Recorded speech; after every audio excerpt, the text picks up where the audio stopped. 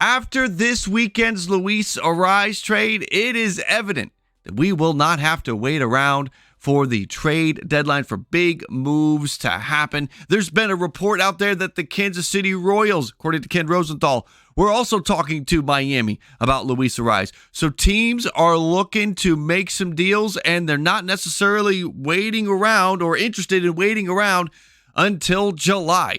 So you have to think, which teams, which players could be on the moves, which teams feel that sense of urgency. In this video, I have 3 teams that for different reasons could make a big move, and players that could be on the move either because it is sort of expected in Oakland's case that they will be trading pieces, or teams just have not performed well in Houston and St. Louis's case. We're going to dive into, again, 3 blockbuster trades: Goldschmidt to the Royals, Blackburn to the Padres, and Bregman to the Blue Jays. Let's get into this one, everybody. Make sure to hit that like if you enjoy your time here. Make sure to leave a comment down below with your trade package. Let's start with the Kansas City Royals and Paul Goldschmidt. Why would Kansas City want to make this deal? Well, they've had a fantastic start to the season, 21-15. Let's not let it go to waste. The pitching has been extremely good for Kansas City, but the bats, about half of this lineup isn't cutting it. Michael Massey, Sal Perez, Vinny Pasquantino, Bobby Witt, Maikel Garcia, all good. But when we get to Renfroe and Melendez and Frazier and Isbell, not good. Let's not wait around. And obviously, Kansas City's not interested in waiting around because, as I said at the top, according to Ken Rosenthal, in an article in The Athletic, the Royals were in contact with the Marlins about Luis Arraez. So obviously the Royals are interested in making moves and improving this lineup that just does not get it done. So why would the St. Louis Cardinals do it? The Cardinals are 15-20 to start the season. There are so many bats that are cold right now. Goldschmidt is one of them. But I'm confident, and I think you should be confident as well, that Goldschmidt is going to get on track this season. And wouldn't it be great if he did that with the Kansas City Royals? So the St. Louis Cardinals at 15-20, just not going to be a good year for the Cardinals. And on top of that, Paul Goldschmidt is in the final year of his contract. $22 million this year, and he's a free agent at the end of the 2024 season. So what's the trade look like? What is Kansas City going to have to send to St. Louis? The money will be interesting.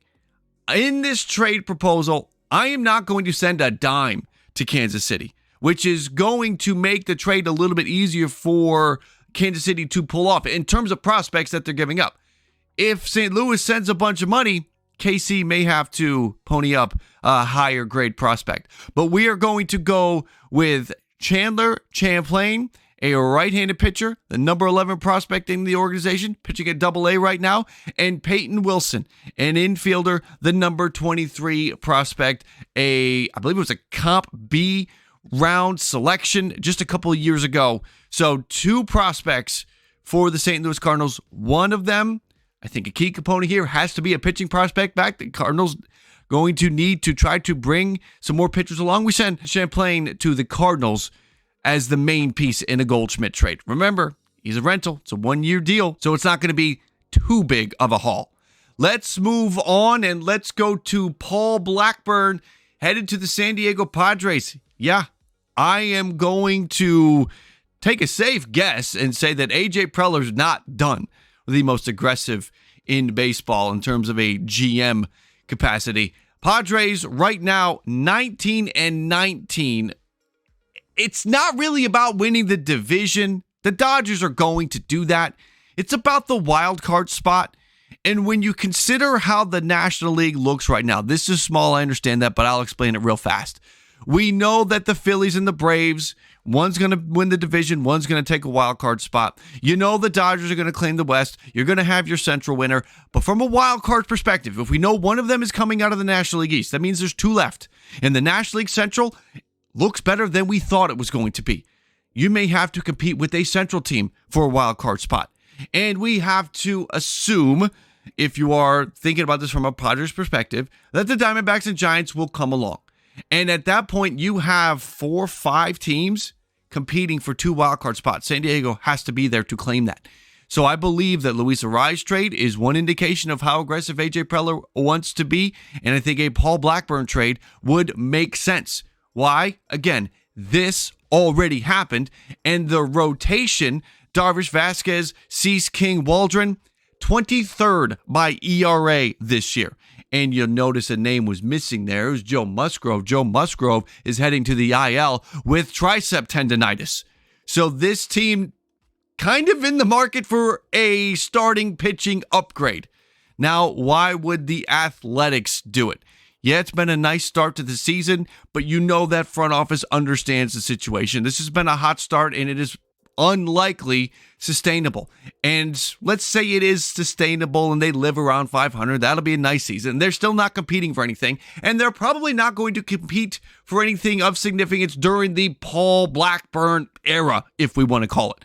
Paul Blackburn is in the second year of his arbitration. He'll be under control for next year, and then he's a free agent.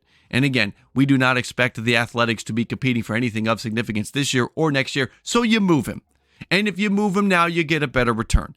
Again, we are in the second arbitration year of 3 for Paul Blackburn. He's making $3.4 million this year. So what's the trade got to be? We're going to have to give some nice pieces because, again, we're getting 2 years of Paul Blackburn here. So Paul Blackburn goes to the Padres. We're going to send Ryan Bergert, a right-handed pitcher, the number 7 prospect in the organization, and Homer Bush Jr., an outfielder, the number 8 prospect in the organization. 2 top 10 prospects from the Padres organization go to Oakland to complete this trade. Now let's go to the Bregman trade, heading to the Toronto Blue Jays. Why would the Blue Jays do this deal? It's been a poor start to the 2024 season. 16-19. There's a lot riding on this season. They said it during the offseason. Ross Atkins did that they were interested in rentals. So in the trade market, they're not going to shy away from a player like Alex Bregman. This also feels like there's a lot riding from an organizational standpoint when it comes to Ross Atkins and Mark Shapiro's future, so they may be a little bit more aggressive than they would have been in years past. And you're also getting to a point with Vladdy and Bo where there is this year and next year under control. And that kind of feels like if you're looking at the Blue Jays and what's their window to compete and go for it, that's the guaranteed window that is open. After that, it's question marks. So there's a lot riding on 2024, and a 16-19 start isn't going to obviously get it done. One of the reasons why they have struggled is because they can't score runs. They're not hitting. 128 runs is 25th in baseball. They are bottom 10 in batting average, bottom 10 in slugging percentage. This team has got to get better offensively, and I know that Bregman, similar to Goldschmidt, is off to a slow start. But you have to expect that Bregman, based on the body of work that he has put forth in his career, is going to get it going. And you want him to get it going, maybe in a Blue Jays uniform. And what's the third base situation look like for the Toronto Blue Jays? Not great.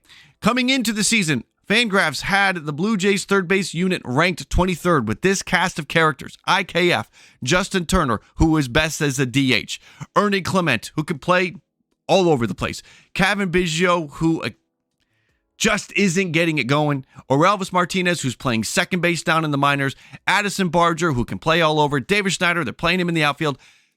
Point is, Alex Bregman could slide to third, and it really wouldn't throw that much off. He becomes the cement, concrete, locked-in third baseman for this team. And everybody else just keeps playing in all those other spots. The lineup also needs some infusion. After Bo Bichette, and even Bo Bichette's been off to a slow start, the lineup needs to be longer. There's not enough length in this lineup, and Alex Bregman would provide that. Why would the Astros do it? The Astros have had an abysmal start to the 2024 season, a 12-22 start, and they just can't seem to get it going. They're losing to good teams. They're also losing to bad teams. They're losing on the road. They're losing at home. It's pitching issues. There's hitting issues. It's all over the place. This Houston Astros season, considering that Alex Bregman is in the final year of his contract, it might be time. And I argue it's getting to be time.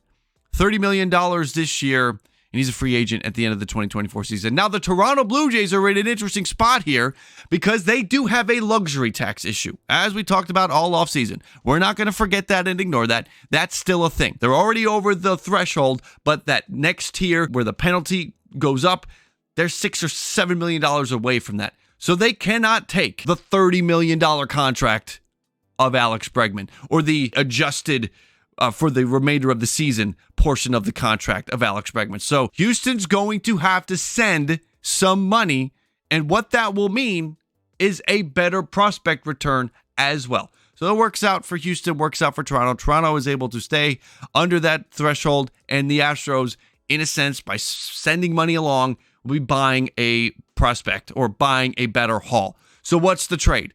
Bregman to the Blue Jays along with some cash. The Astros receive Leo Jimenez, an infielder, the number 5 prospect in the organization.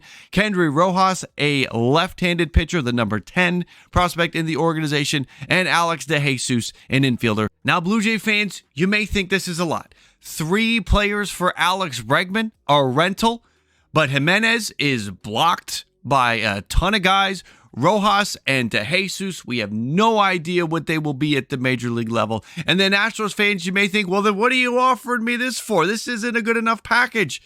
Fact is, Alex Bregman is a rental, and you get 3 young players to build with. So I think this trade works for both sides. Comment below and leave your trade package for this trade or any of the 3 trades we have talked about. It does feel early. It is early. It's in May. But we already have 1 blockbuster underway. Will there be more? Will these trades happen? I'll argue that these 3 trades need to happen for 3 different teams, 3 different reasons. The Blue Jays to either get it going or save the season. They're living somewhere in between that mode. For the Kansas City Royals to continue the good fortune that this season has brought you, and for the San Diego Padres to still be there at the end of the day when the final game is played after 162 and to be continuing on into October. I think all 3 teams need to make these deals happen to get their seasons through the finish line and into the postseason. Again, comment down below with your trade package. Let me know what you think. You made it to the end. Make sure to hit that like. Appreciate you guys coming in and spending time here with the channel. BallCap Nation, I salute you. As always, if it's low, let it go. And if it's high, let it fly.